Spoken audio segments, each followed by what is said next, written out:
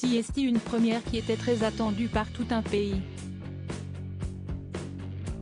Hier soir, l'équipe de France a fait son entrée dans cette Coupe du Monde au Qatar et en tant que tenant du titre, les Bleus étaient forcément attendus au tournant. Une première réussie par les joueurs de Didier Deschamps, opposés aux modestes Australiens et qui finissent par l'emporter 4-1 sur ce match.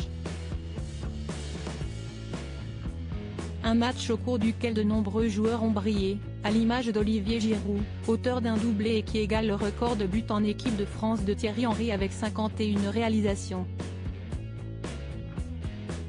Pour ce match, les téléspectateurs présents sur TF1 ont bien évidemment pu retrouver le duo de choc chargé d'animer les rencontres des Bleus depuis plusieurs années maintenant. Vicente Lizarazu et Grégoire Margoton étaient aux commentaires et l'ancien champion du monde a certainement pris du plaisir à voir les joueurs de l'équipe de France réussir une prestation aussi solide. Pourtant, un petit détail a visiblement pas mal dérangé le compagnon de Claire Keim, qui a du mal à se faire à certaines décisions des organisateurs de ce mondial.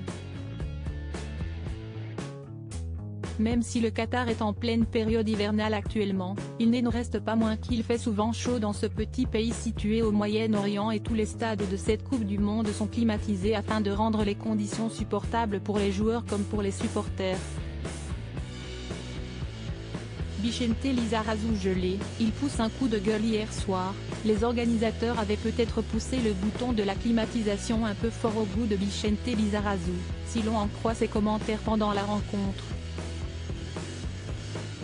À un moment, Grégoire Margoton donne des précisions sur les conditions météorologiques pour la soirée.